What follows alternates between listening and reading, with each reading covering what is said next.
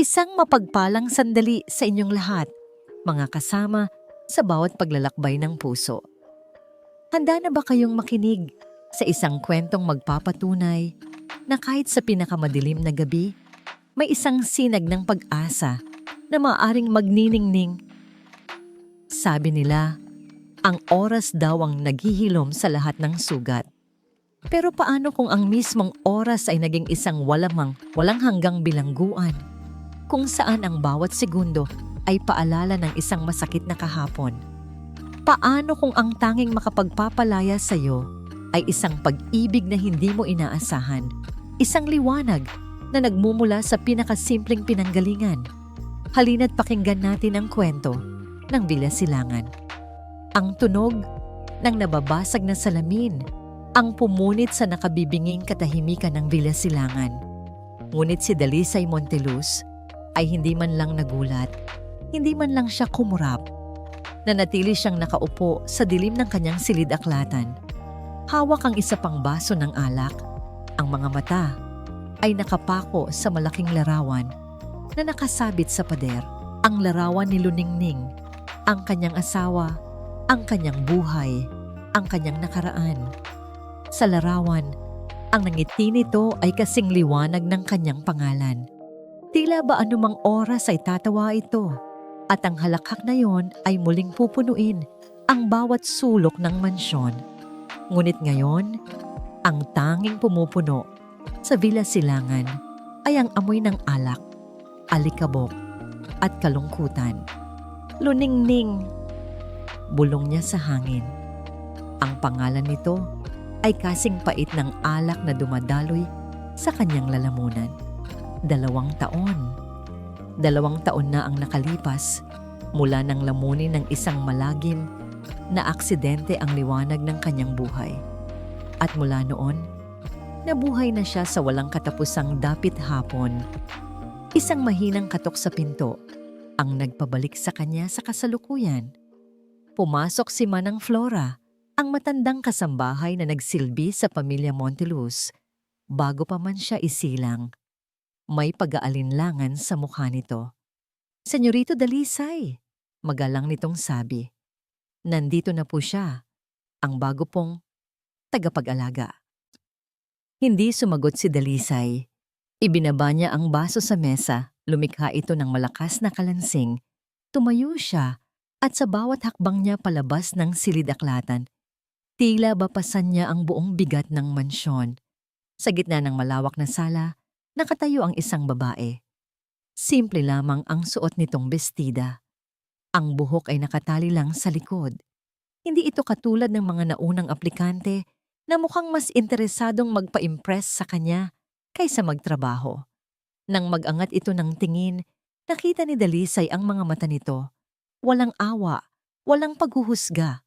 Tanging isang kakaibang kalmado, isang klase ng pangunawa na tila tumatagos sa pader na 2 taon na niyang itinatayo sa paligid ng kanyang puso. "Ikaw si Sinaglirio?" Tanong niya, ang boses ay kasing lamig ng marmol na sahig. "Opo, sir," sagot nito, malinaw at matatag. Hindi siya ngumiti, hindi siya nagpakita ng anumang emosyon. "Alam mo na ang mga patakaran dito, hindi ba? Sinabi na sa'yo ng ahensya." "Opo."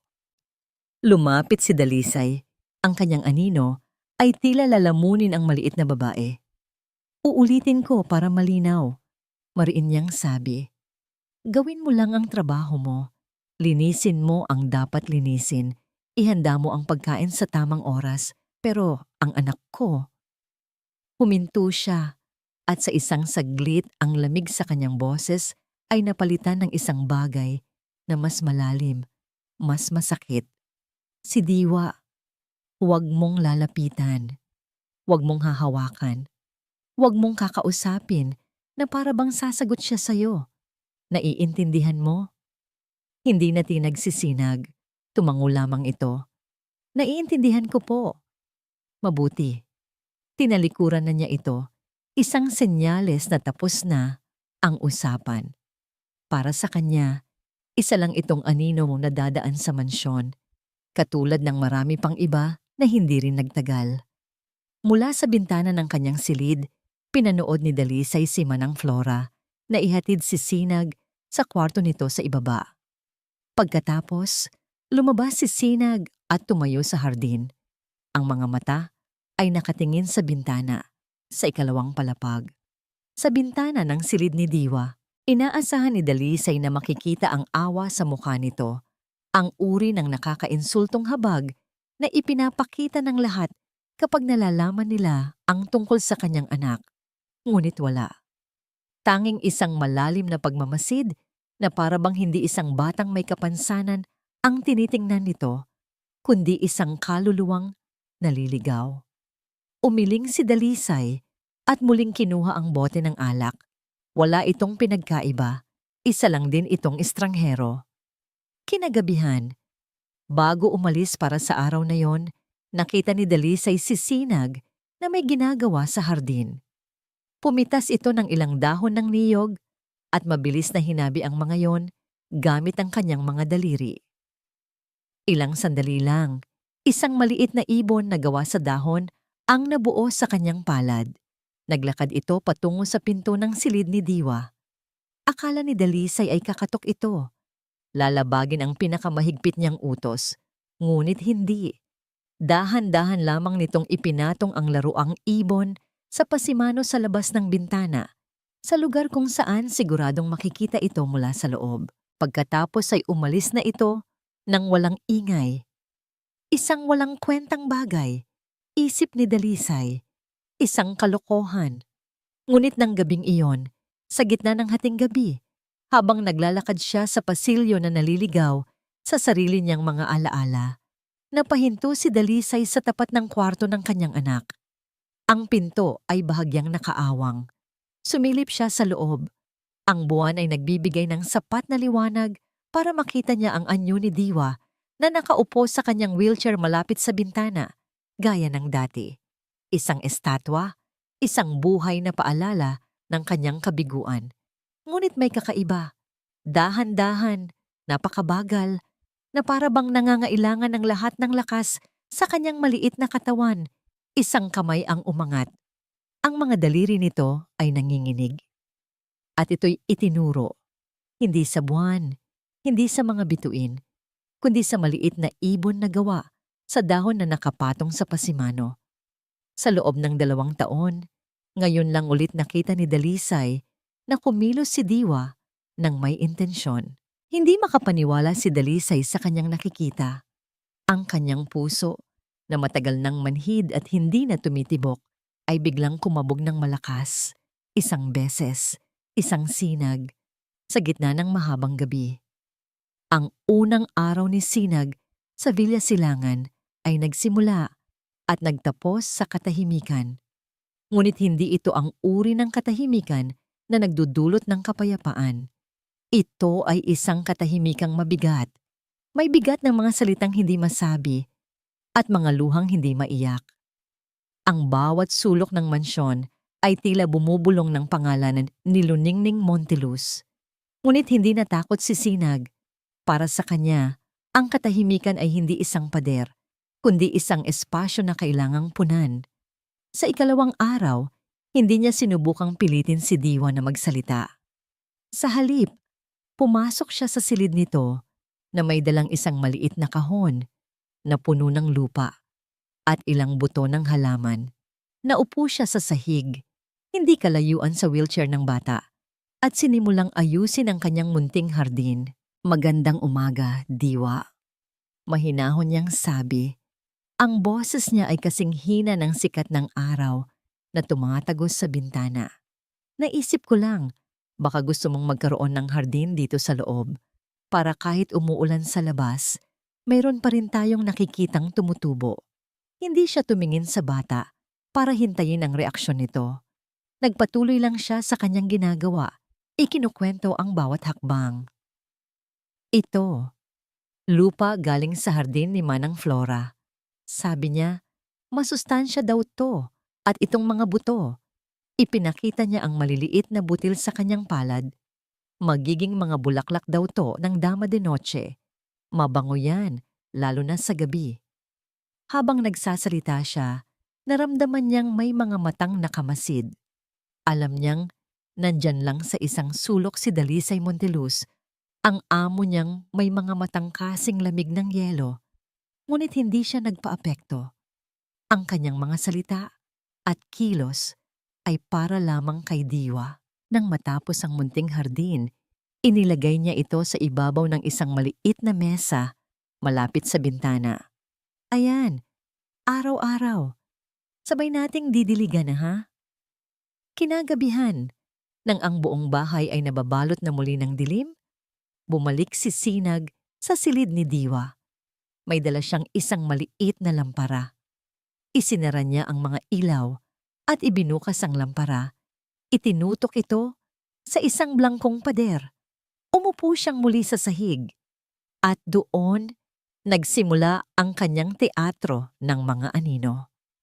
Ang kanyang mga kamay ay naging mga ibon na lumilipad, mga kunehong naghahabulan, at isang maliit na bangkang papel na naglalakbay sa maalong dagat. Habang gumagalaw ang mga anino sa pader, sinasabayan niya ito ng isang mahinang kanta, isang uyayi na natutunan niya sa kanyang lola. Walang salita, tanging mga hugis, galaw, at isang himig na puno ng pag-asa. Sa gitna ng kanyang pagtatanghal, naramdaman niyang gumalaw ang anino sa likod niya. Hindi siya lumingon. Alam niyang si Dalisay iyon, tahimik na nanonood mula sa nakaawang na pinto. Naramdaman ni Sinag ang kanyang pag-aalinlangan, ang kanyang pagtataka, at marahil isang katiting na pag-asa na hindi nito kayang aminin kahit sa sarili. Pagkatapos ng ilang gabi ng ganitong ritual, pag-aalaga sa halaman sa umaga, teatro ng mga anino sa gabi, isang gabi ay napagod si Sinag. Habang nagbabasa ng isang libro ng pambatang tula sa tabi ng wheelchair ni Diwa, ang kanyang mga talukap ay bumigat. Ang boses niya ay unti-unting humina, hanggang sa ang huli niyang nabasa ay isang linya tungkol sa isang bituin na nangangarap na maging araw. At doon, sa tabi ng natutulog na kaluluwa ng isang bata, ay nakatulog din siya. Nagising siya sa lamig. Ngunit kasabay ng lamig ay ang bigat ng isang kumot na nakabalot sa kanyang mga balikat. Isang kumot na lana na pamilyar ang amoy.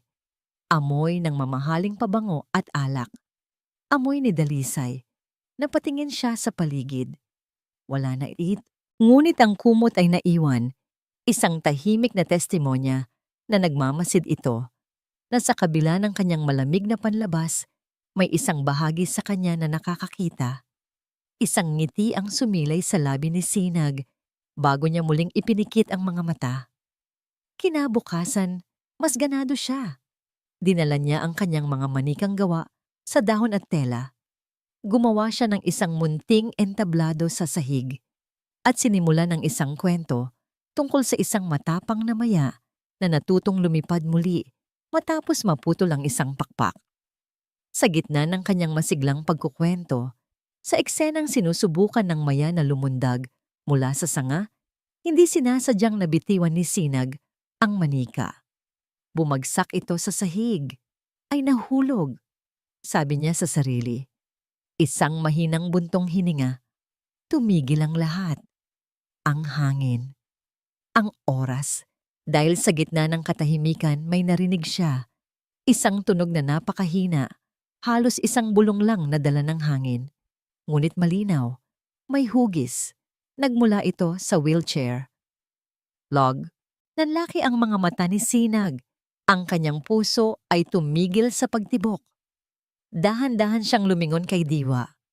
Ang bata ay nakatingin pa rin sa sahig, sa lugar kung saan bumagsak ang manika. Ang kanyang mukha ay blanko pa rin, walang emosyon. Pero narinig niya iyon.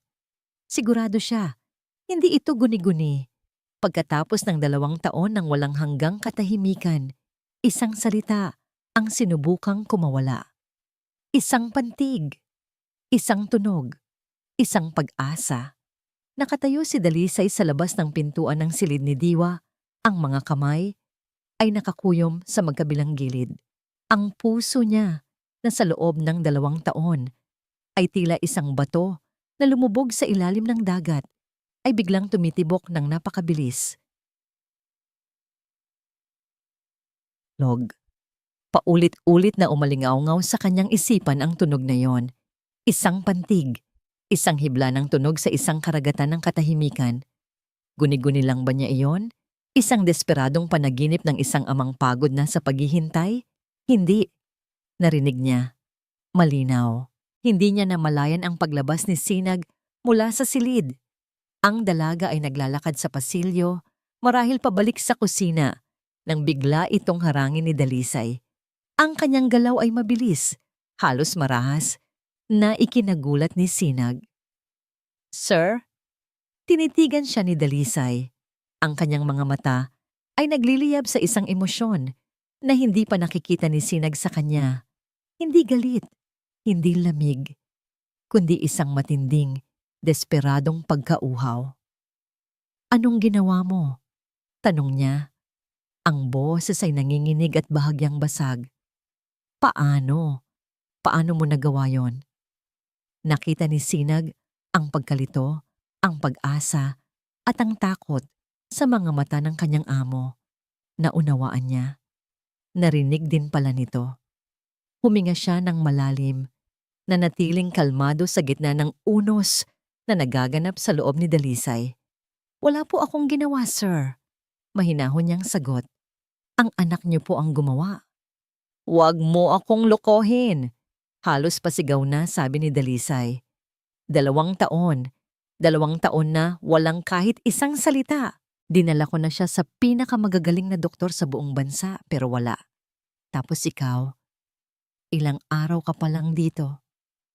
Hindi niya matapos ang kanyang sasabihin. Ang pader na yelo na matagal niyang itinayo ay nagkakaroon na ng mga bitak at hindi niya alam kung paano ito pipigilan. "Hindi po gamot ang kailangan niya, sir," sabi ni Sinag. Ang kanyang boses ay tapat at puno ng paninindigan. Hindi niya kailangan ng isa pang doktor na titingin sa kanya na parang isang sirang bagay na kailangang kumpunihin. Tumingin si Sinag ng diretso sa mga mata ni Dalisay. Kailangan niya lang pong maramdamang hindi siya nag-iisa sa dilim.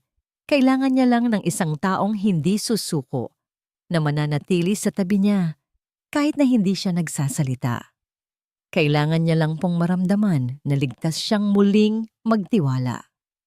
Ang bawat salita ni Sinag ay tila isang mainit na palad na humahaplos sa nagyayalong puso ni Dalisay. Ligtas na magtiwala. Kailan ang huling beses na naramdaman yon ni Diwa? O kahit siya, sa isang iglap, gumuho ang lahat ng kanyang pagdududa, ang lahat ng kanyang pagmamatigas. Sa harap niya ay hindi isang simpleng kasambahay, kundi ang sagot sa 2 taon niyang panalangin. Walang sabi-sabing dinukot niya ang kanyang pitaka. Kinuha niya ang isang itim na credit card at iniabot ito kay Sinag. Nagulat ang dalaga at hindi ito tinanggap. "Ano po ito, sir?" "Kunin mo." Utos niya. Ngunit ang boses niya ay hindi na kasing tigas ng dati. "Mayroon na itong bahid ng pagsusumamo. Bilhin mo lahat ng kailangan mo. Mga libro, laruan, mga materyales para sa mga anino mo. Kahit ano. Kahit isang buong playground pa ang ipatayo mo sa hardin, wala akong pakialam." Itinulak niya ang card sa kamay ni Sinag. "Gawin mo lahat ng kailangan mong gawin. Wala nang bawal. Wala nang patakaran. Ang gusto ko lang, ang kailangan ko, ay marinig ko ulit ang boses ng anak ko." Sa pagkakataong yun, nagtama ang kanilang mga mata. At sa unang pagkakataon, hindi na si Sinag Lirio ang nakita ni Dalisay, ang babaeng may simpleng bestida. Nakita niya si Sinag, ang dalang liwanag nito. Nakita niya ang lakas sa likod ng mahinahong mga mata, ang determinasyon sa kanyang tindig, at ang busilak na kabutihan ng kanyang puso. At sa kauna-unahang pagkakataon, sa loob ng 2 taon, isang bagay na halos nakalimutan na ni Dalisay kung paano gawin ang unti-unting nabuo sa kanyang mga labi. Isang ngiyang ngiti. Hindi ito isang malawak ng ngiti, kundi isang bahagyang pag-angat lamang sa gilid ng kanyang bibig. Ngunit para sa isang taong nabuhay sa walang hanggang kadiliman, ang munting na ngiting iyon ay kasing liwanag na ng bukang liwayway. Isang bagong pag-asa ang sumibol sa Villa Silangan. Isang bagong simula. Ngunit kasabay ng pagsibol nito, isang malakas at sunod-sunod na katok mula sa pinto sa ibaba ang bumasag sa kanilang sandali. Ding-dong! Ding-dong! Napakunot ang noo ni Dalisay. Sino naman ang bibisita ng ganitong oras? Bumaba siya ng hagdan, habang si Sinag ay naiwang nakatayo sa pasilyo, hawak pa rin ang card na simbolo ng bagong tiwala. Binuksan ni Dalisay ang malaking pinto, at ang pag-asang kararating pa lang sa kanyang puso ay biglang nagyelo, napalitan ng isang matinding pagkabigla na halos magpatumba sa kanya. Nakatayo sa harap niya ang isang multo, isang babaeng may mukha ni Luningning, ang buhok, ang mata, ang paraan ng pagtayo. Ito ay isang perpektong kopya ng babaeng pinakamamahal niya, ng babaeng nasa larawan, ngunit ang nangiti nito ay may bahid ng kalungkutan na hindi niya kailanman nakita kay Luningning. "Kuya Dalisay," sabi ng babae, ang boses ay isang malungkot na himig. "Hindi mo man lang ba ako papapasukin? Ako to, si Mahalina."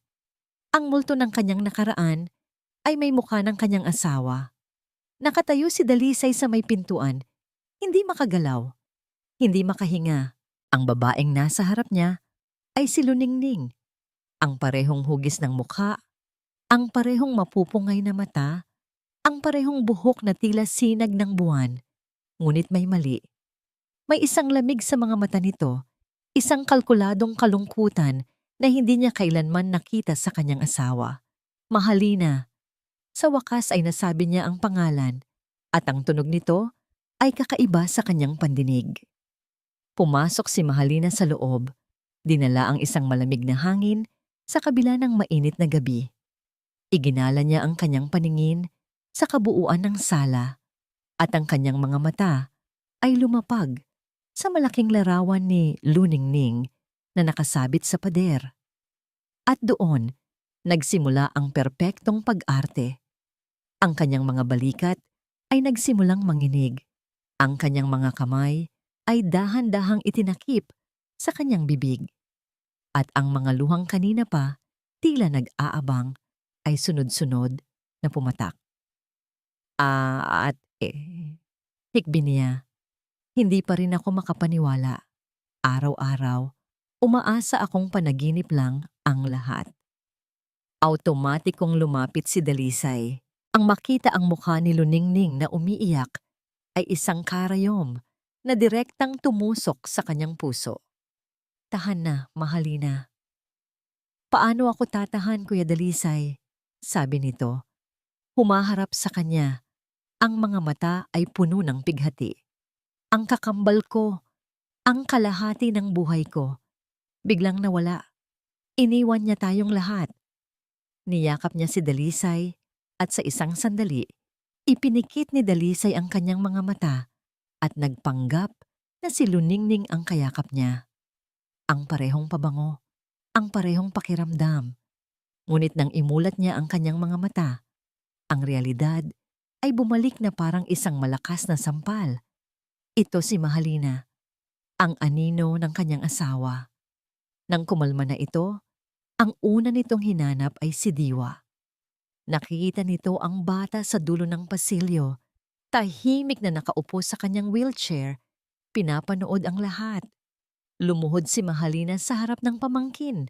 Ang mga mata ay kapantay ng sa bata. "Diwa, ang baby boy ko. Na-miss ka ni Tita Mahalina." Hinaplos niya ang buhok nito, ngunit bahagyang umuurong ang bata. Isang galaw na napansin ni Dalisay. Kinabukasan, ang buong Villa Silangan ay nagbago. Ang bigat ng kalungkutan ay naroon pa rin, ngunit napalitan na ng presensya ni Mahalina. Siya ang nag-aasikaso sa almusal. Siya ang nagkukwento tungkol sa mga kalokohan nila ni Luningning noong bata pa sila. Mabilis niyang nakuha ang simpatya ni Manang Flora at ng iba pang kasambahay. lalong-lalo na si Dalisay. Sa bawat pagkakataon, ipinapaalala ni Mahalina kung gaano nito kamahal ang kanyang kapatid at kung gaano rin nito kamahal ang pamilyang iniwan nito. Isang hapon, habang si Sinag ay naglalaro ng mga anino sa pader kasama si Diwa, pumasok si Mahalina na may dalang isang malaking kahon na nakabalot sa magandang papel. Diwa, may sorpresa sa'yo si tita, masayang sabi nito. Binuksan niya ang kahon at inilabas ang isang mamahaling remote-controlled na kotse, kumpleto sa mga kumukutitap na ilaw at tunog. Ito ang gustong-gusto bilhin para sa'yo ng mami mo. Bago mangyari ang lahat. Naalala ko pa, sabi niya, siguradong matutuwa dito ang prinsipe ko. Ang mga salita ay tumama sa puso ni Dalisay. Ang simpleng laruang anino na gawa ni Sinag sa pader ay biglang nagmukhang walang kwenta kumpara sa konkretong alaala ng pagmamahal ni Luningning. Inilapag ni Mahalina ang kotse sa sahig at pinindot ang remote. Umikot-ikot ang laruan, lumilikha ng ingay at liwanag. Si Diwa ay nakatingin lang, hindi gumagalaw. Ang mukha ay blanko. Ang manikang dahon na hawak niya ay dahan-dahang nalaglag mula sa kanyang kamay. Nang gabing iyon, habang nagkakape si Dalisay sa beranda, lumapit sa kanya si Mahalina. Kuya Dalisay, mahinahon nitong sabi. Nakakatuwa na may progreso si Diwa dahil sa bagong tagapag-alaga. Talagang nakakamangha. Si Sinag, sabi ni Dalisay. Malaki ang naitulong niya. Tumango si Mahalina. Ang mga mata ay nakatingin sa madilim na hardin. Oo nga pero hindi ba't parang ang bilis? 2 taon siyang walang imik, tapos bigla na lang. Sana lang ay mapagkakatiwalaan talaga yang si Sinag. Alam mo na, mahirap na ngayon. Baka may iba siyang motibo. Ang mga salita ay itinanim na parang buto ng lason sa isipan ni Dalisay. Simple, mukhang inosente, ngunit sapat na para mag-ugat ang pagdududa. Kinabukasan, abala si Sinag at Diwa sa pagguhit sa isang malaking papel sa sahig ng sala. Isang malaking araw na may bahaghari. Nakikita ni Dalisay mula sa kanyang kinauupuan ang unti-unting paggalaw ng kamay ni Diwa. Sinusubukang abutin ang isang krayola. Dumaan si Mahalina na may dalang isang pitsel ng tubig. At sa kanyang pagdaan, bigla itong nadulas. Natapon ang laman ng pitsel diretso sa papel na ginuguhit ng dalawa. Sinisira ang kanilang obra. Ay nako, pasensya na. Tarantang sabi ni Mahalina. Kahit halata namang walang bakas ng pag-aalala sa mukha nito. Ma'am, hindi napigilang reaksyon ni Sinag. Sinusubukang iligtas ang basang papel. Mabilis na tumayo si Mahalina. At sa isang saglit, habang si Dalisay ay nakatalikod para kumuha ng basahan, lumapit si Mahalina kay Sinag. Ang kanyang nangyangiti ay nawala. Napalitan ng isang tinging matalim na parang patalim. Huwag mong isipin, bulong niya, sapat lang para marinig ni Sinag na mapapalitan mo ang ate ko. Ang bawat ngiti ni Mahalina ay parang isang bulaklak na may tinik. Maganda sa paningin, ngunit may kakayahang sumugat. At si Sinag, sa bawat araw na lumilipas, ay mas lalong nararamdaman ang mga tusok nito. Hindi na ito simpleng hinala. Sigurado na siya. Ang mga kilos ni Mahalina ay hindi bunga ng pag-aalala, kundi ng mali siya. Nakikita niya ito sa paraan ng pagtitig nito kapag nakatalikod si Dalisay. Isang malamig at mapanuring tingin. Naririnig niya ito sa tamis ng boses nito na may nakatagong pait. Kailangan niyang makausap si Dalisay. Kailangan nitong malaman ang katotohanan bago pa mahuli ang lahat. Isang gabi, naabutan niya itong mag-isa sa silid-aklatan, nagbabasa sa ilalim ng ilaw ng isang maliit na lampara. Ito na ang pagkakataon niya.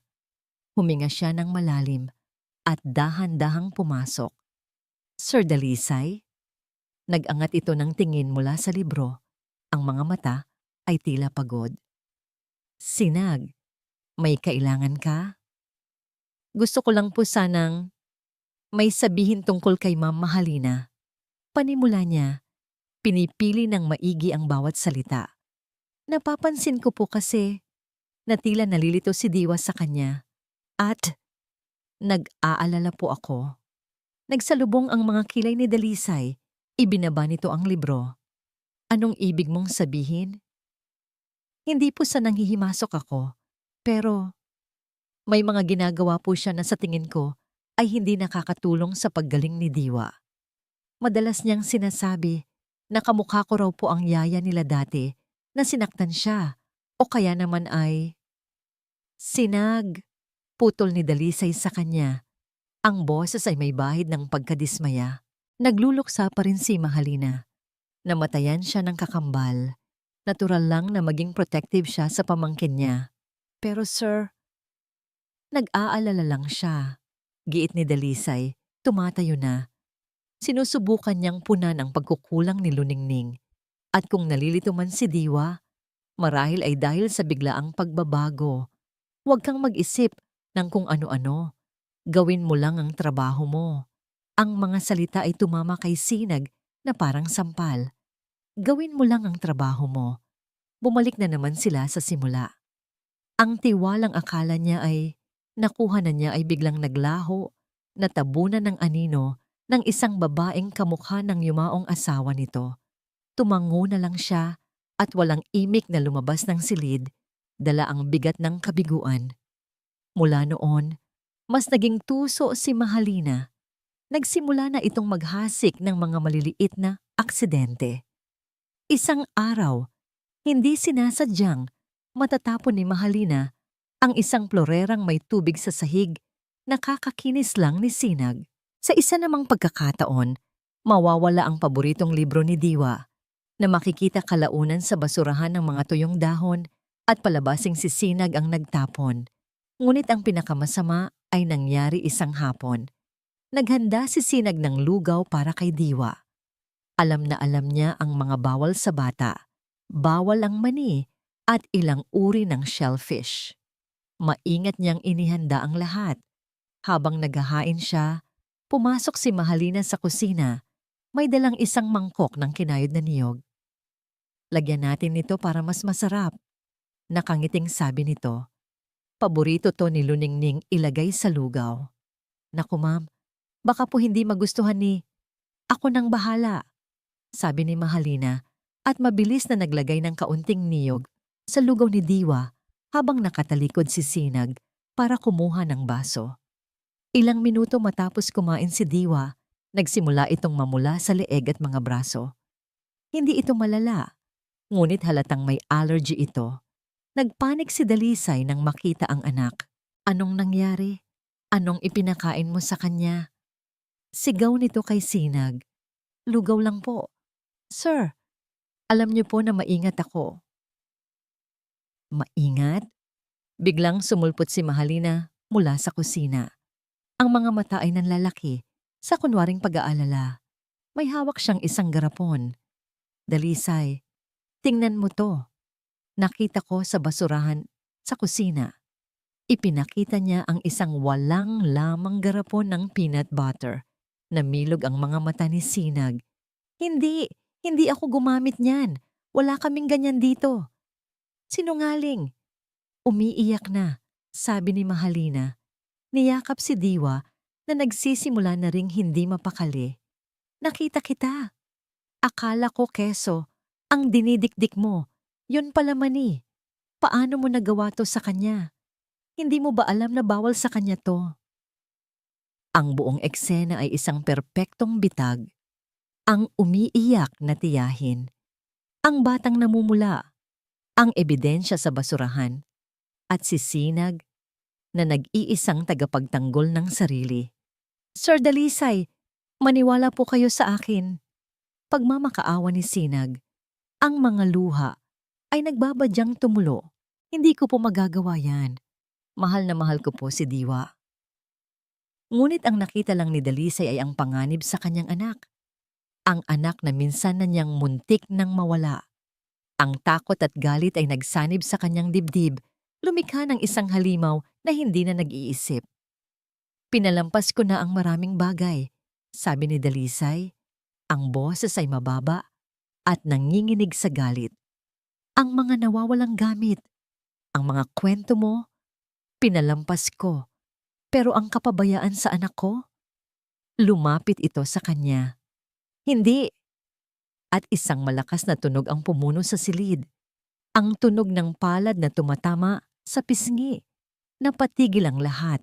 Ang pag-iyak ni Mahalina. Ang paggalaw ni Diwa. Naramdaman ni Sinag ang hapdi sa kanyang pisngi. Ngunit mas masakit ang kirot sa kanyang puso. Nakatayo si Dalisay sa harap niya. Ang kamay ay nakababa pa rin. Ang dibdib ay umaalon sa galit. Sa likod nito, sa ibabaw ng balikat ng kanyang ama, nakita ni Sinag ang isang nangisi sa mga labi ni Mahalina bago ito muling nagtago sa likod ng mga pekeng luha. Ang pisngi ni Sinag ay matagal nang nawalan ng hapdi, ngunit ang alaala ng sampal ay nakatatak pa rin sa kanyang diwa. Sa kanyang maliit na silid, sa gitna ng gabi, hindi na luha ang dumadaloy sa kanyang mga mata. Napalitan na ito ng isang nagbabagang determinasyon. Hindi siya aalis, hindi siya susuko, hindi para sa kanyang sarili, kundi para kay Diwa. Nakita niya ang nangisi sa likod ng mga peking luha ni Mahalina. Alam niya, sa kaibuturan ng kanyang puso, na nilagay siya sa isang patibong. At kung nagawa ito ni Mahalina sa kanya, ano pa kaya ang kaya nitong gawin sa isang batang walang kalaban-laban? Kinabukasan, kumilos si Sinag na tila walang nangyari. Ngunit sa likod ng kanyang tahimik na pagtatrabaho, ang kanyang isipan ay gumagana na parang isang imbestigador. Pinakikinggan niya ang bawat salita ni Mahalina. Pinapanood ang bawat kilos nito. Napansin niya na sa tuwing nababanggit ang aksidente, palaging pangkalahatan ang mga sinasabi nito. Napakabilis ng pangyayari o isang trahedya talaga. Hindi ito kailanman nagbibigay ng malinaw na detalye. Upang makakuha ng sariwang hangin at makapag-isip, nagpaalam siyang maglalakad sa hardin. Doon, naalala niya si Mang Celso, ang dating hardinero ng mga Montelus na nagretiro na at nakatira sa kalapit na baryo. Kilala nito ang magkapatid mula pagkabata. Isang hapon, sinadya niyang bisitahin ang matanda. Dala ang isang basket ng prutas. Masaya siyang tinanggap ni Mang Celso. Matapos ang ilang kamustahan, maingat na inusisa ni Sinag ang araw ng aksidente. Napakabait po talaga ni Ma'am Luningning. Ano po? Panimula niya. Naku, oo. Sagot ng matanda. Parang anghel yon. Si Mahalina naman, medyo iba. Mas mainitin ang ulo. Talaga po? Tumango si Mang Celso, tila may inaalala. Naalala ko nga nung araw na yon. Bago sila umalis, nakita ko sila sa loob ng kotse mula dito sa hardin. Mukhang nagiinitan sila. May pinagtatalunan. Akala ko nga hindi na matutuloy ang lakad nila. Pero bigla na lang pinaharurot ni Ma'am Luningning ang sasakyan. Isang mahalagang impormasyon. Nag-aaway sila bago ang aksidente. Ang pagkakataon para sa susunod na hakbang ay hindi niya inaasahan at ito'y ibinigay bimo ni Mahalina. Isang araw, pumasok ito sa silid ni Luningning na nanatiling hindi nagagalaw sa loob ng 2 taon. Sinag, utos nito, gusto kong linisin mo ang buong kwartong ito. Itapon mo na ang mga bagay na hindi importante. Gusto kong alisin ang lahat ng bakas niya para makapagsimula na kami ulit ni Dalisay at Diwa. Ang utos ay malupit, ngunit para kay Sinag, ito ay isang oportunidad. Pumasok siya sa silid. Ito ay parang isang museo ng nakaraan. Lahat ay nasa ayos. Natatakpan ng manipis na alikabok. Sinimulan niya ang paglilinis. Habang inaayos niya ang mga gamit sa ibabaw ng tokador, napansin niya ang isang eleganteng kahon ng alahas. Binuksan niya ito. Sa loob ay may mga hikaw, singsing at pulseras. Ngunit ang nakaagaw ng kanyang pansin ay isang sirang kwintas na perlas. Paborito ito ni Luningning. Palagi itong suot sa mga litrato. Putol ang seda nitong tali at halatang may mga nawawalang butil. Isinara niya ang kahon. Nagpatuloy siya sa paglilinis hanggang sa marating niya ang isang maliit na bodega sa loob ng walk-in closet. Doon, sa isang sulok, nakatambak ang ilang lumang gamit, mga maleta at ilang luma, at hindi na ginagamit na handbag. Isa sa mga handbag ay pamilyar sa kanya. Nakita na niya itong dala-dala ni Mahalina noong mga unang araw nito. Dahil sa kuryosidad, binuksan niya ito. Puno ito ng mga lumang resibo at kung ano-ano pa. Ngunit nang kapain niya ang ilalim, may naramdaman siyang maliliit at matitigas na bagay. Kinuha niya ang mga ito, 3 butil ng perlas. Perpektong kapareha ng mga nasa sirang kwintas. Ngunit hindi lang yun ang nandoon. Kasama ng mga perlas ay isang nakatuping papel. Binuksan niya ito. Isa itong traffic violation ticket. Isang ticket para sa overspeeding. Nanginginig ang mga kamay ni Sinag habang binabasa ang mga detalye. Ang petsa. Eksaktong petsa ng araw ng aksidente. Ang pangalan ng driver, Luningning Soliman Monteluz. At ang lokasyon, isang highway sa kabilang probinsya. 30 kilometro ang layo mula sa daan na dapat sana ay tinatahak nila papunta sa resort na kanilang pupuntahan. Bumalik si Sinag sa kanyang silid ng gabing iyon. Dala ang lahat ng piraso ng palaisipan. Inilatag niya ang lahat sa kanyang isipan. Ang pag-aaway ng magkapatid sa loob ng kotse na nakita ni Mang Celso. Ang sirang kwintas na perlas na tila nagkaroon ng pisikal na agawan.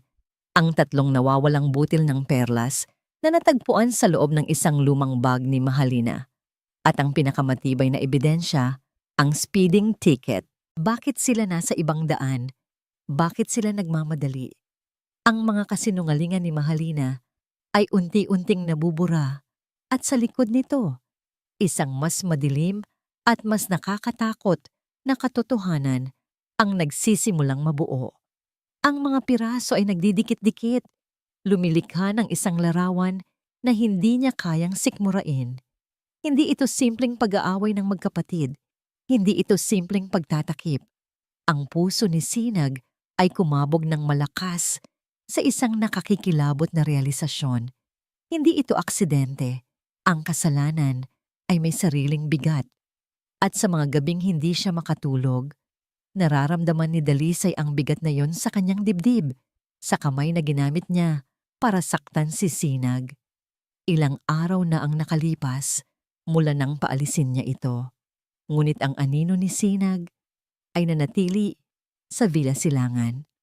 Nakikita niya ito sa munting hardin sa bintana ni Diwa na unti-unti nang nalalanta. Naririnig niya ito sa katahimikang mas naging mabigat pa kaysa dati. Ang pinakamasakit na paalala ay ang pag-urong sa progreso ni Diwa. Muli itong naging estatwa, ngunit ngayon ay may kasama ng takot. Isang hapon, sinubukan ni Dalisay na buhayin ang kahit katiting na liwanag na iniwan ni Sinag. Kinuha niya ang mga manikang gawa sa dahon at tela at sinubukang gumawa ng sarili niyang kwento. Ngunit ang kanyang mga galaw ay malamya. Ang kanyang boses ay walang buhay. Si Diwa ay nanatiling hindi gumagalaw. Ang mga mata ay nakapako sa kawalan. Pumasok si Mahalina sa silid. May dalang isang baso ng juice para kay Diwa. Hayaan mo na yan, Kuya Dalisay. Laro lang yan ng mga katulong. Halika, Diwa. Tita made your favorite. Nang ilapit ni Mahalina ang baso sa bata, kitang-kita ni Dalisay ang nangyari. Isang bahagyang panginginig sa balikat ni Diwa.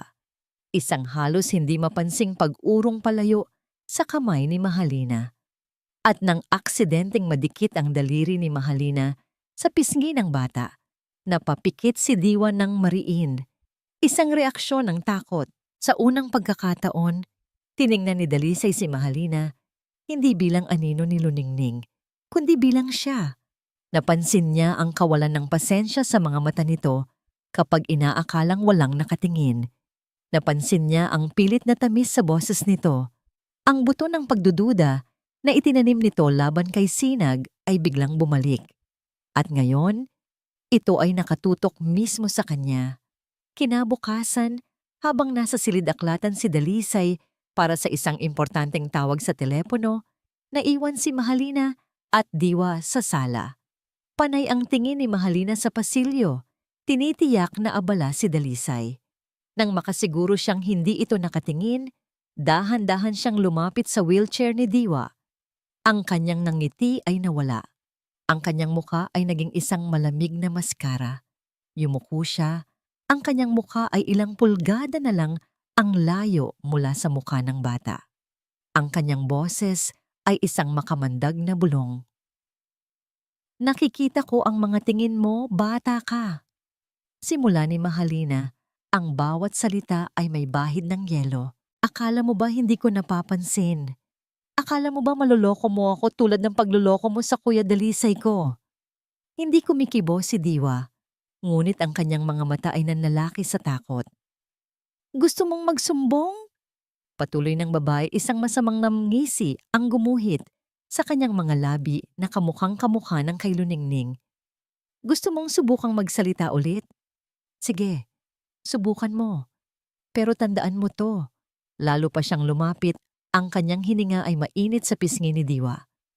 Kung magsumbong ka, kung may marinig akong kahit isang pantig mula sa bibig mo, sisiguraduhin kong isasama kita kay mami mo.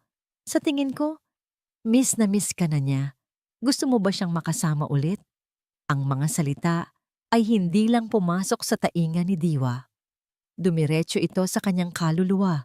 Binuhay ang lahat ng sakit, lahat ng takot, lahat ng alaala ng nagkabasag-basag na salamin at ang huling sigaw ng kanyang ina. Ito na iyon. Ang sigaw na walang tunog. Ang katawan ni Diwa ay biglang nanigas. Ang kanyang mga mata ay nanlaki sa sukdulang takot, nakapako sa mukha ni Mahalina na parabang ito ay isang halimaw. Ang kanyang maliit na bibig ay bumuka. Sinusubukang humugot ng hangin. Sinusubukang sumigaw. Ngunit walang kahit anong tunog na lumalabas. Ang kanyang mga kamay ay humigpit sa braso ng kanyang wheelchair. Ang mga ugat ay lumitaw. Nagsimula siyang manginig ng malakas. Isang marahas na panginginig na tila mababali ang kanyang buong katawan. Isang nangiti ng tagumpay ang sumilay sa mukha ni Mahalina. Ngunit sa isang iglap, napalitan ito ng isang perpektong maskara ng pagkasindak. Diyos ko! Diwa! Tumakbo siya palabas ng sala. Ang kanyang mga sigaw ay umalingaw-ngaw sa buong mansyon. Dalisay! Tulong! Si Diwa! Sa isang kisap mata, naroon na si Dalisay. Ibinagsak ang telepono sa kalagitnaan ng isang mahalagang usapan. Ang kanyang nakita ay isang eksenang mula sa kanyang pinakamasamang bangungot. Ang kanyang anak, nangingisay sa takot sa kanyang upuan. Ang mukha ay namumutla. Ang mga mata ay puno ng isang uri ng terror na hindi pa niya nakikita kailanman. Anong nangyari? Sigaw niya. Lumuhod sa harap ng anak.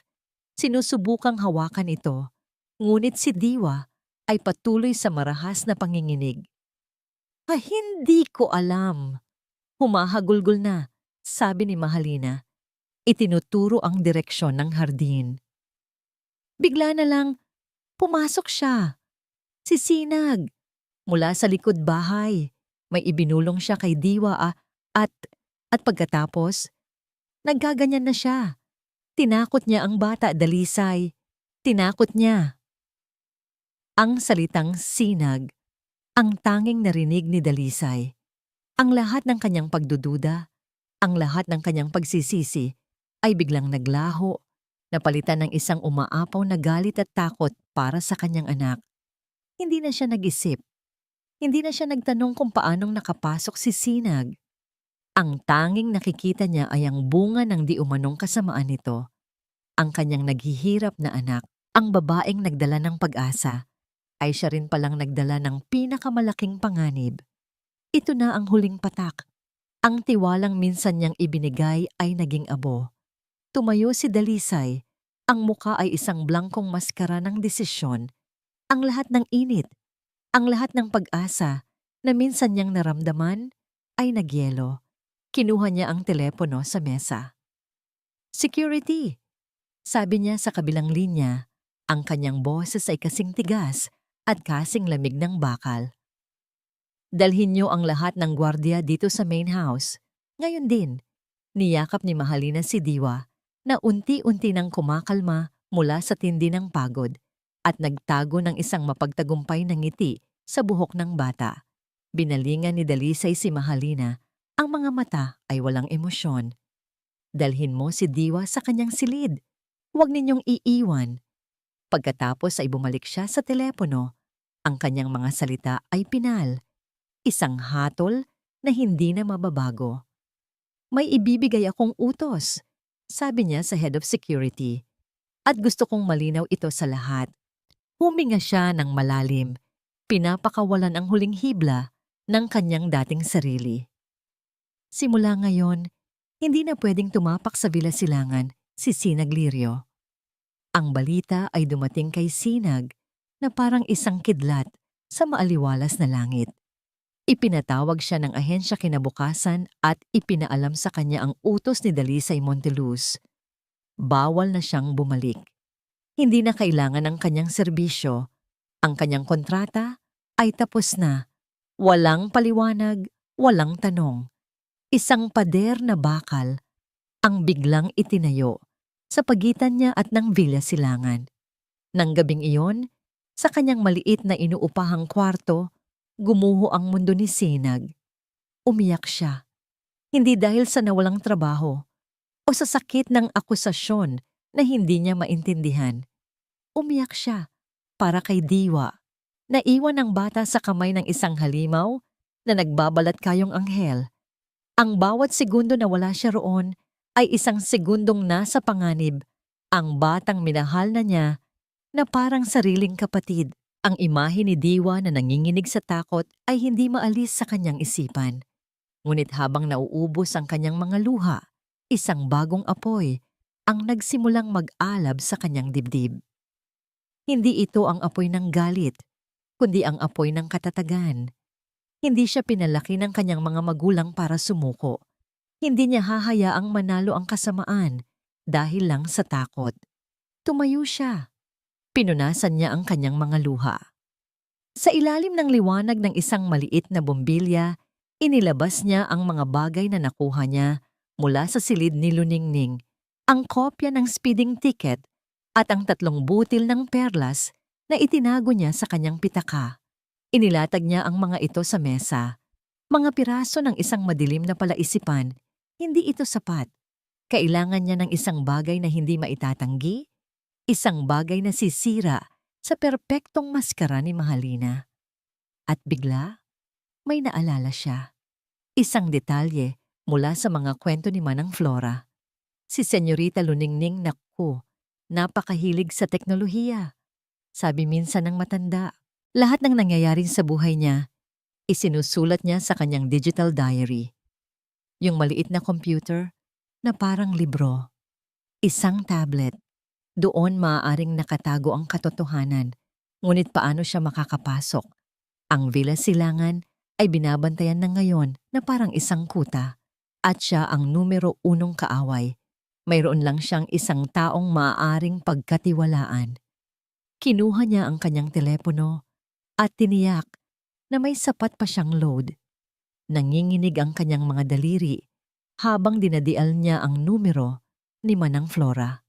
"Sa sino to?" Sagot ng nanginginig na boses sa kabilang linya. "Manang, si Sinag po ito," bulong niya. "Hija! Diyos ko, bawal kang tumawag dito. Alam mo ba kung anong nangyari? Pinagbibintangan ka." "Alam ko po, Manang. At lahat po yon ay kasinungalingan." Putol ni Sinag. Ang kanyang boses ay puno ng pagsusumamo. "Manang, kailangan ko po ng tulong ninyo. Hindi para sa akin, para po kay Diwa. Ikinuwento ni Sinag ang lahat ng kanyang natuklasan, ang pag-aaway, ang kwintas, ang tiket. Nakinig ng mabuti ang matanda. Si Manang Flora, na nakita ang paglaki ng magkapatid, ay nakaramdam ng kilabot sa mga narinig. Matagal na siyang may masamang kutob kay Mahalina at ang mga sinabi ni Sinag ay nagpatibay lamang dito. "Ano ang kailangan mong gawin, Hija?" tanong ng matanda. Ang boses ay matatag na ngayon. "Kailangan ko pong makuha ang tablet ni Ma'am Luningning. Baka po nasa silid-aklatan pa yon. Sabi niyo po, doon siya madalas mag-isa." Gumawa sila ng isang mapanganib na plano. Sa susunod na gabi, may isang malaking pagdiriwang sa bayan na siguradong pupuntahan ni Dalisay at Mahalina. Iyon ang pagkakataon nila. Iiwan ni Manang Flora na bahagyang bukas ang pinto sa likod ng kusina. Ang kailangan lang gawin ni Sinag ay lampasan ng mga gwardya. Dumating ang gabi. Isang malakas na ulan ang bumuhos na tila nakikiayon sa kanilang plano. Nakasuot ng itim na damit at balabal, naglakad si Sinag sa gilid ng mataas na pader ng mansyon, iniiwasan ang mga ilaw. Narinig niya ang ugong ng makina ng sasakyan ni Dalisay papaalis. Ito na. Tumakbo siya, mabilis at tahimik, patungo sa likurang bahagi ng hardin, kung saan madilim at natatakpan ng malalaking halaman. Narinig niya ang mga yabag ng gwardiya sa kabilang panig. Nagtago siya sa likod ng isang puno. Ang kanyang puso ay dumadagundong sa kanyang dibdib. Nang lumampas na ang gwardiya, mabilis siyang tumakbo patungo sa pinto ng kusina. Gaya ng napag-usapan, bahagya itong nakaawang. Pumasok siya sa loob. Sinalubong siya ni Manang Flora. Ang mukha ay puno ng pag-aalala. "Dalian mo, Hija," bulong nito. "Baka bumalik sila ng maaga." Tumango si Sinag at walang ingay na naglakad patungo sa silid-aklatan. Ang mansyon ay madilim at tahimik, ngunit para sa kanya, ang bawat anino ay tila may buhay. Pumasok siya sa silid-aklatan. Amoy ng mga lumang libro at alak. Sinimulan niyang maghanap sa mga drawer, sa ilalim ng mesa, sa likod ng mga unan sa sofa. Wala. Nagsimula na siyang kabahan. Paano kung itinapon na ito? Paano kung ito na ang huling pag-asa niya at nawala pa? Tumingin siya sa malaking estante ng mga libro na umaabot hanggang sa kisame. Libu-libong libro. Imposible. Ngunit kailangan niyang subukan. Sinimulan niyang suriin ang bawat hilera. Ang kanyang mga daliri ay mabilis na dumadaan sa mga pabalat. At doon, sa isang hilera na puno ng mga klasikong nobela, may napansin siyang kakaiba. Isang libro na bahagyang nakausli kaysa sa iba. Kinuha niya ito. Gawa ito sa kahoy. Hindi ito isang libro. Ito ay isang kahon na hugis libro. Nanginginig ang mga kamay niyang binuksan ito. Sa loob, nakabalot sa isang mamahaling tela, ay isang manipis at kulay pilak na tablet. Nakahinga siya ng maluwag. Ngunit ang kanyang tagumpay ay panandalian lamang. Dahil sa sandaling iyon, isang pamilyar na tunog ang pumunit sa katahimikan ng gabi. Ang tunog ng mga gulong ng isang mamahaling kotse na pumapasok sa driveway. Ang ugong ng sasakyan ni Dalisay. Bumalik sila. "Bumalik na tayo," biglang sabi ni Dalisay. Pinutol ang katahimikan sa loob ng sasakyan. Napakunot ang noo ni Mahalina. "Pero kuya, hindi pa tapos ang programa. At saka, ang lakas ng ulan." "Hindi maganda ang pakiramdam ko," sagot ni Dalisay. Ang mga mata ay nakatuon sa daan, na halos hindi na makita dahil sa buhos ng ulan. Isang hindi maipaliwanag na kaba ang gumagapang sa kanyang dibdib. Isang pakiramdam na mayroong mali sa Villa Silangan. "Uuwi na tayo." Pagpasok pa lang ng sasakyan sa gate, agad niyang napansin ang isang ilaw sa bintana ng silid-aklatan. Isang ilaw na dapat ay patay. Ang kaba sa kanyang dibdib ay naging yelo. Mabilis siyang bumaba ng sasakyan. Hindi na inantay si Mahalina. Ang kanyang isipan ay lumilipad. Isang magnanakaw? O mas malala pa? Siya! Posible bang ganito katapang ang babaeng iyon para suwayin ang kanyang utos? Pagbukas niya ng pinto, isang ingay mula sa silid-aklatan ang sumalubong sa kanya, ang tunog ng isang bagay na nabitiwan at bumagsak sa sahig. Nabitawan ni Sinag ang kahon na hugis libro. Ang tunog ng pagbagsak nito sa sahig na kahoy ay umalingaw-ngaw na parang isang putok ng baril sa katahimikan. Tapos na, nahuli na siya. Bumukas ang pinto ng silid-aklatan ng malakas. Nakatayo roon si Dalisay, basang-basa ang buhok, ang muka ay isang maskara ng galit na hindi pa niya nakikita kailanman. Sa likod nito ay si Mahalina. Ang muka ay nagpapalit-palit mula sa pagkabigla patungo sa isang mapanuyang ngiti ng tagumpay. Ikaw, sabi ni Dalisay, ang bawat letra ay puno ng kamandag. Anong ginagawa mo rito? Paano ka nakapasok? Kuya, tumawag ka ng gwardiya. Sigaw ni Mahalina. Tinuturo si Sinag na para bang ito ay isang maruming daga. Isa siyang trespasser. Baka may masama na siyang ginawa kay Diwa. Dinukot ni Dalisay ang kanyang telepono. Ito na ang sandaling kinakatakutan ni Sinag. Ang sandali kung saan wala nang makikinig. Huwag! Sigaw niya. Ang boses ay pumuno sa buong silid. Pinatigil ang daliri ni Dalisay sa pagpindot. Bago ninyo ako ipakaladkad palabas. Bago ninyo ako husgahan sa mga kasinungalingang sinabi niya. Tumingin siya ng diretso kay Mahalina na bahagyang napaatras sa tindi ng kanyang tingin.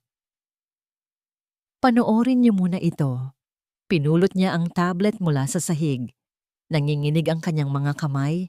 Ngunit ang kanyang mga mata ay matatag. Pinindot niya ang screen at isang gallery ng mga video ang lumitaw. Pinili niya ang isa, isang file na may petsa ng araw ng aksidente. Ang pamagat, sorpresa para kay Dalisay. Anong kalokohan to? Sabi niya, ngunit hindi siya gumalaw. Mayroong isang bagay sa determinasyon sa mukha ni Sinag na pumigil sa kanya. Itinapat ni Sinag ang tablet sa kanila. Nagsimulang umandar ang video. Ang unang imahe ay ang masayang mukha ni Luningning, nakaupo sa passenger seat. Hi, mahal ko, sabi nito sa camera. May sorpresa ako sa iyo pagbalik natin. Siguradong magugustuhan mo. Ang boses na nito, ang ngiti nito, para itong isang suntok sa kanyang sikmura. Pagkatapos ay umikot ang camera. Ang nagmamaneho ay si Mahalina. Bilisan mo na ate, sabi ni Mahalina sa video. Ang boses ay iritado. Baka malate tayo. Relax ka lang, sagot ni Luningning. Ang mahalaga, masusurpresa si Dalisay. Palagi na lang si Dalisay, bulong ni Mahalina, ngunit sapat na para mamarinig. At doon, nagsimulang magbago ang lahat. Ano ang sinabi mo? Tanong ni Luningning. Wala, sagot ni Mahalina. Ang sabi ko, sana magustuhan niya. Kasi lahat na lang napupunta sa'yo. Ang atensyon, ang pagmamahal. Kahit si Dalisay na dapat sa'kin. Mahalina, ano bang pinagsasabi mo? Pinag-usapan na natin to. Hindi. Ikaw lang ang laging nagsasalita. Ang boses ni Mahalina sa video ay tumataas na, nagiging isang sigaw. Pagod na akong maging anino mo. Pagod na akong maging pangalawa. Ako dapat ang nasa pwesto mo. Ako dapat. At pagkatapos, nakita ni Dalisay sa screen ang mga kamay ni Mahalina na biglang inikot ang manibela ng buong lakas. Isang nakakabininging sigaw mula kay Luningning. Ang tunog ng mga gulong na nawalan ng kontrol sa kalsada. Ang imahe ng isang malaking puno na papalapit. At pagkatapos, kadiliman. Tanging ang tunog na lamang ng nababasag na salamin at nayuyuping bakal. Binitawan ni Sinag ang tablet. Bumagsak ito sa sahig, ngunit walang nakapansin. Ang mundo ni Dalisay ay gumuho. Ang hangin ay nawala sa kanyang mga baga. Ang lakas ay nawala sa kanyang mga tuhod. Napaluhod siya. Ang mga mata ay nakapako sa blankong screen. Ang isipan ay paulit-ulit na ipinapalabas ang huling sandali ng buhay ng kanyang asawa. Hindi ito aksidente. Ito ay pagpatay. At ang babaeng gumawa nito ay nasa tabi niya sa loob ng maraming buwan, nagpapanggap na nagluluksa. Hindi! Bulong niya. Isang tawa ang bumasag sa katahimikan.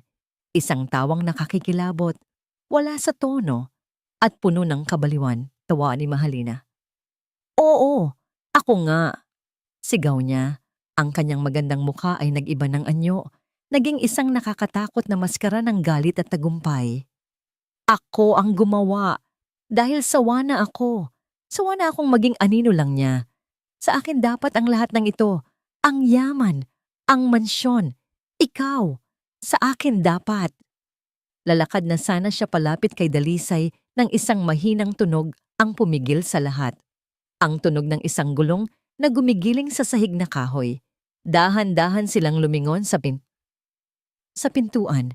Nakatayo roon sa kanyang wheelchair na mag-isang itinulak ang sarili palabas ng kanyang silid ay si Diwa. Ang kanyang mukha ay basang-basa ng luha.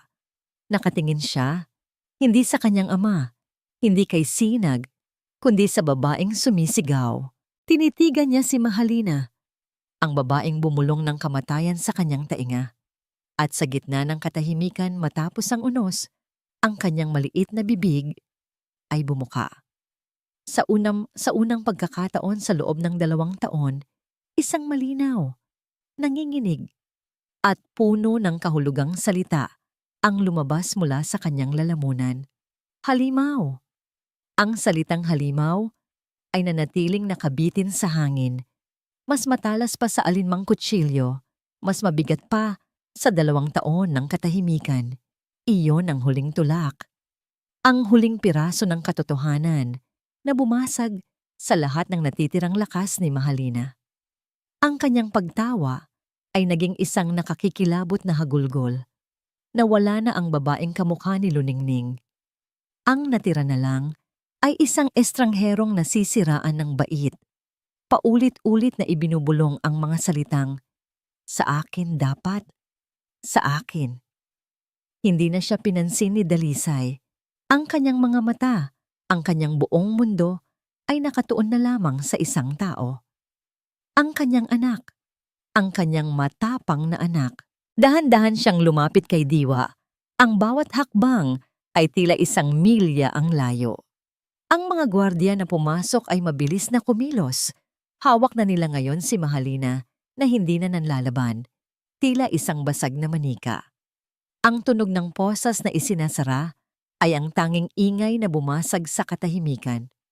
Habang inilalabas si Mahalina, nagtama ang kanilang mga mata sa huling pagkakataon. Walang nakita si Dalisay na pagsisisi, tanging puro at walang kahalong puot. Pagkatapos ay nawala na ito sa dilim, kasama ng lahat ng kasinungalingang dinala nito. Nang sa wakas, ay sila na lang ang natira sa silid, siya, si Diwa at si Sinag, na tahimik na nakatayo sa isang sulok. Ang bigat ng katotohanan ay bumagsak sa balikat ni Dalisay. Gumuho ang lahat ng kanyang pagmamatigas, ang pagiging isang Montelus, ang pagiging isang amo. Sa sandaling iyon, siya ay isang ama lamang, isang amang nagkamali, isang amang nagkulang. Dahan-dahan siyang lumuhod sa harap ng wheelchair ng kanyang anak. Ang kanyang mga mata ay kapantay na ngayon ng kay Diwa. Nakita niya ang mga luha na patuloy na dumadaloy sa mga pisngi nito. Ngunit sa likod ng mga luha, nakita niya ang isang bagong liwanag. Ang liwanag ng isang batang nakalaya. "Anak ko!" Bulong ni Dalisay. Ang kanyang boses ay basag at puno ng pagsisisi. Hindi niya alam kung ano ang sasabihin. Paano kahihingi ng tawad sa 2 taon ng pagkabulag? Inangat niya ang kanyang nanginginig na kamay at marahang hinaplos ang buhok ni Diwa. At sa unang pagkakataon, hindi umilag ang bata. Sa halip, dahan-dahan itong yumakap sa kanyang leeg. Isinubsob ang mukha sa kanyang balikat. At doon, sa gitna ng silid-aklatan na naging saksi sa napakaraming pighati, sa wakas ay umiyak si Dalisay Monteluz. Umiyak siya para sa nawala niyang asawa. Umiyak siya para sa 2 taon na sinayang niya sa pagluluksa. At higit sa lahat, umiyak siya sa labis na pasasalamat at pagmamahal para sa batang nasa kanyang mga bisig, ang batang nagligtas sa kanilang lahat. Niyakap niya ito ng mahigpit na para bang sa yakap na yon ay kaya niyang punan ang lahat ng kanyang pagkukulang. Patawarin mo si Papa, anak. Patawarin mo ako. Matapos ang ilang sandali na tila walang katapusan, dahan-dahan siyang tumayo, karga-karga ang kanyang anak na nakatulog na sa pagod at iyak. Inihatid niya ito sa silid at ibinalot sa kumot. Pagbalik niya sa silid-aklatan, naroon pa rin si Sinag. Nakatayo sa parehong pwesto, tila isang anghel na tahimik na nagmamasid. Ang babaeng sinaktan niya, ang babaeng pinalayas niya, ang babaeng nagdala ng katotohanan. Lumapit si Dalisay sa kanya. Ang bawat hakbang ay mas mabigat kaysa sa nauna. Huminto siya sa harap nito at sa unang pagkakataon, nakita niya ito ng buong buo. Ang lakas, ang kabutihan, ang liwanag, at ang sakit na idinulot niya. Hirap niyang sabi, patawarin mo ako. Ang mga salita ay tila hindi sapat. Paano nito kayang ipahayag ang bigat ng kanyang pagsisisi? Nabulag ako ng nakaraan. Patuloy niya. Ang kanyang boses ay isang mahinang bulong. Nabulag ako sa pighati, sa galit. Sa mukha ni Luningning na nakikita ko sa kapatid niya. Hindi ko nakita na ang katotohanan na nasa harap ko na pala. Pero ikaw ang nagdala ng liwanag. Ikaw ang hindi sumuko. At ang sinukli ko lang ay sakit. Naalala niya ang sampal. Ang imahe ay sumunog sa kanyang isipan. Yung ginawa ko sa'yo, hinding-hindi ko mapapatawad ang sarili ko. Inabot niya at hinawakan ang kamay ni Sinag. Isang paghawak na puno ng paggalang, pasasalamat, at isang damdamin na hindi pa niya kayang pangalanan. Salamat, Sinag. Salamat sa pagligtas sa anak ko. Salamat sa pagligtas sa akin. Ilang linggo ang lumipas. Ang Villa Silangan ay unti-unti nang humihinga muli. Ang mabigat na hangin ay napalitan ng liwanag. Ang katahimikan ay napalitan ng mga mahihinang tunog. Ang pagpraktis ni Diwa na bumigkas ng mga salita. Ang mga kwento ni Sinag, ang paminsan-minsang tawa mula kay Dalisay. Isang umaga, nakita ni Dalisay si Sinag sa may pintuan. May dala itong isang maliit na bag. Ang puso ni Dalisay ay biglang kinabahan. Sinag! Lumingon ito, isang maliit at malungkot na ngiti, ang nasa kanyang mga labi. Sir Dalisay, aalis na po sana ako. Aalis? Bakit? Tapos na po ang trabaho ko. Mahinahon niyang sagot. Si Diwa ay nagsisimula nang magsalita ulit. Ligtas na po siya. Oras na po para bumalik ako sa dati kong buhay. Lumapit si Dalisay. Humarang sa kanyang daraanan. Umiling siya. Ang pag-iisip na mawala ang liwanag na ito sa kanyang tahanan ay isang bagay na hindi na niya kayang tanggapin. Hindi, mariin niyang sabi. Tinitigan niya ito ng diretso sa mata. Ang kanyang puso ay nasa kanyang mga salita. Saan ka pupunta? Dito ang tahanan mo. 1 taon. 1 taon na ang lumipas mula ng gabing iyon kung kailan ang katotohanan ay sumabog na parang isang bagyo at nilinis ang lahat ng dumi sa Villa Silangan. Ang mansyon na dati bilangguan ng kalungkutan ay isa na ngayong tahanan. Ang mga bintana ay lagi nang nakabukas.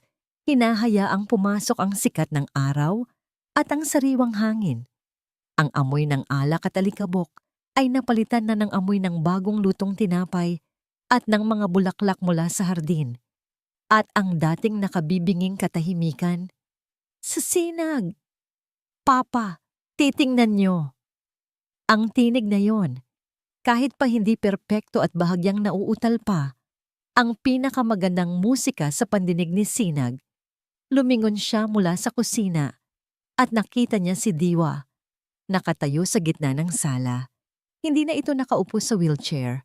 Sa tulong ng therapy at ng isang leg brace, natututo na itong maglakad muli, hakbang-hakbang. Sa tabi nito ay si Dalisay. Ang mga mata ay puno ng pagmamalaki at pagmamahal. Laging nakaalalay, ngunit hinahayaan ng anak na mahanap ang sarili nitong lakas. Ang galing-galing mo naman, mahal ko. Masayang sabi ni Sinag, lumalapit sa bata at ginugulo ang buhok nito.